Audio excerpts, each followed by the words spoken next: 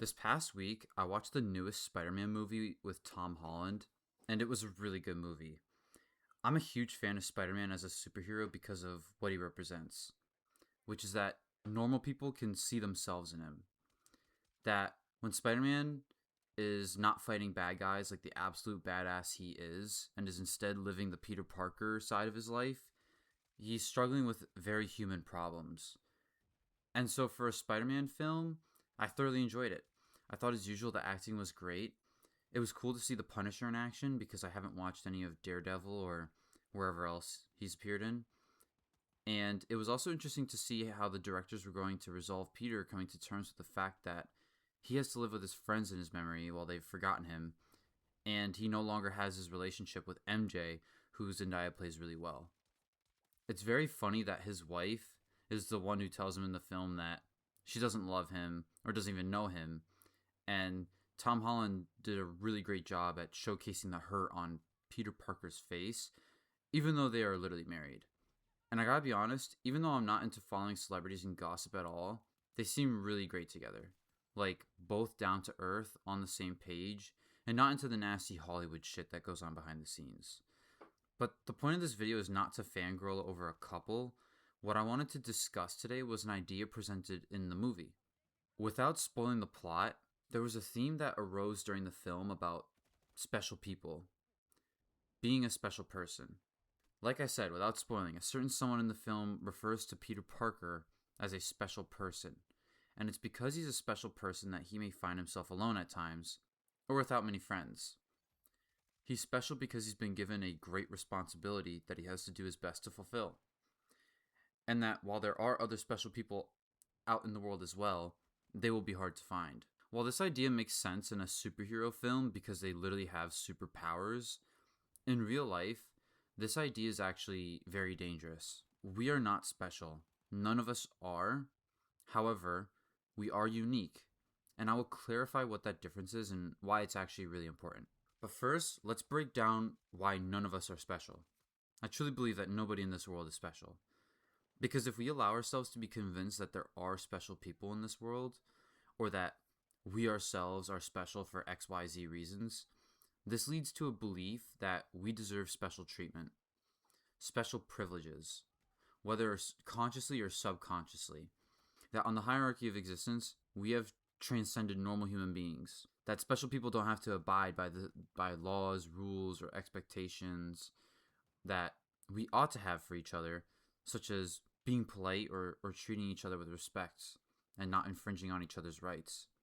Even people like Albert Einstein, who some people might consider special because of his intelligence and amazing discoveries, should not be allowed to do other things that people would otherwise condemn or treat other people poorly because he's viewed as being more important than them. It often seems that when someone receives this classification of being special, they tend to start treating other people around them poorly and engaging in behavior that is harmful to others or destructive to themselves. You can see this with certain celebrities or successful people even. Like, let's take Bill Gates, for example, right? I think Bill Gates is somebody who let being special get to his head. Because, surprise, surprise, he got in touch with Epstein for Netflix and chill, if you guys know what I'm saying. And if you don't, check the comments. Hopefully somebody puts it down there, what that means. And because he was this rich, successful guy who created a very important company, he thought he could get away with it. He thought he was special, and that's why he did the things that he thought would be above consequences. What's hilarious is at my school district, there are posters of him up at the high school and even my elementary school about how he's neurodivergent and how being neurodivergent allowed him to be successful and create this amazing company, Microsoft. In other words, it's a poster saying, look how special this guy is. Yeah, he's special, all right. So if no one is special, or we shouldn't consider ourselves as such, what are we then? I'd say we're all unique. That might not sound like much of a difference, and admittedly even cliche, but I think that distinction is very important.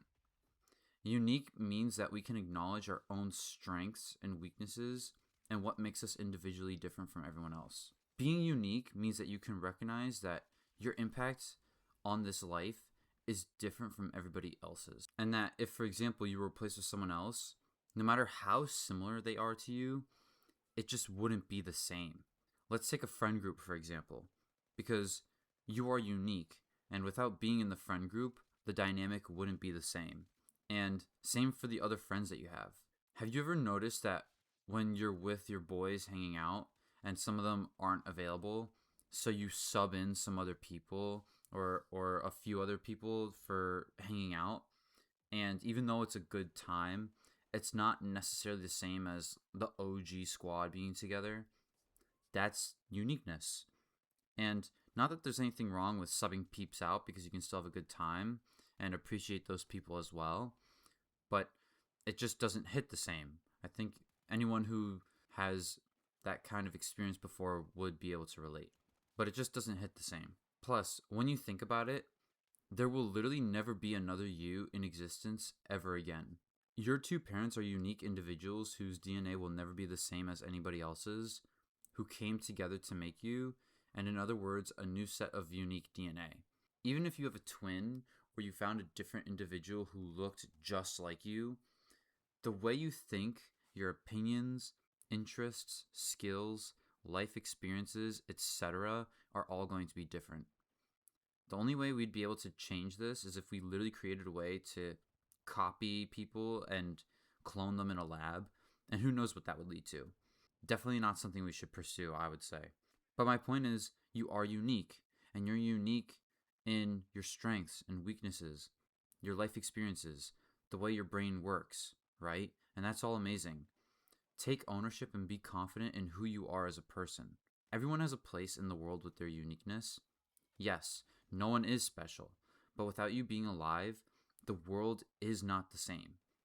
Even if that difference is only 0.00000000001%, that difference is still there. And because we're unique and life is a gift, we really ought to take advantage of this gift we've been given and explore what we can do with it. Yeah, creating a new car brand or invention or new music or making a ton of money, none of that makes us special.